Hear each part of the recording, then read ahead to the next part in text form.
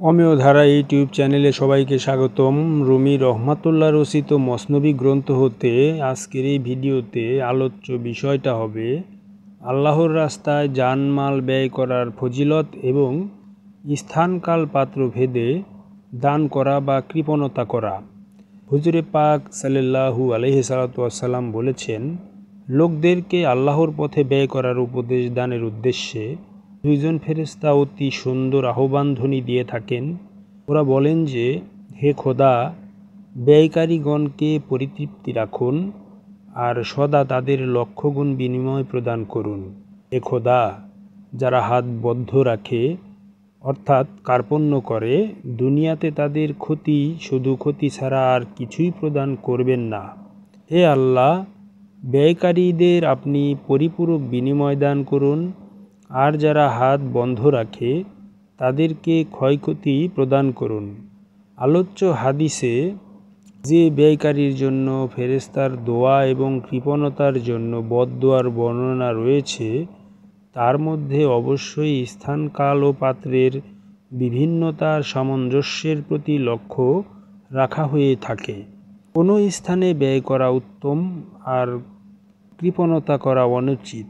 পক্ষান্তরে কোনো স্থানে ব্যয় করা উত্তম এবং ব্যয় করা অনুচিত।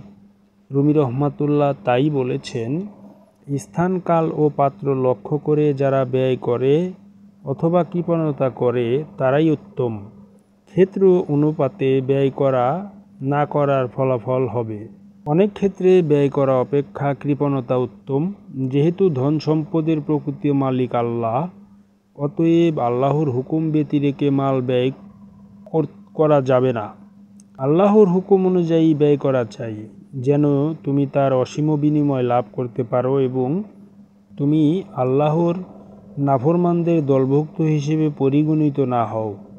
যেমন মক্কার কাফেরগণ উট কোরবানি করত এই উদ্দেশ্যে যে তাদের তরবারি যেন রাসূলে খোদা মুস্তাফা সাল্লাল্লাহু আলাইহি সাল্লামের উপর জয়ী হয়।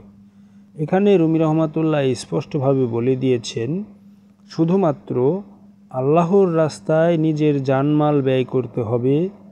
আল্লাহর রাস্তায় না হলে জানমাল ব্যয় করা যাবে না এবং স্থানকাল পাত্র ভেদে দান করা বা কৃপণতা করা উভয়ই উত্তম। কিছু কিছু ক্ষেত্রে দান করা মানে পাপ অর্জন করা, আবার কিছু কিছু জায়গায় কৃপণতা করা মানে পুণ্য অর্জন করা। সুতরাং সুস্পষ্টভাবে যেখানে শুধুমাত্র আল্লাহর রাস্তায় জানমাল ব্যয় করা হয়, সেখানে দুনিয়াবি কোনো চিন্তা ভাবনা থাকে না, সেখানের জন্যই আল্লাহ পাক তাকে উত্তম প্রতিদান দান করবেন। কিন্তু যদি কেহ বা কাহারা আল্লাহর রাস্তায় জানমাল ব্যয় করার নামে তারা মানবতা বিরোধী কাজে জড়িত হয়ে যায়, তাদের দান করা আসলে কোনো কাজেই লাগবে না।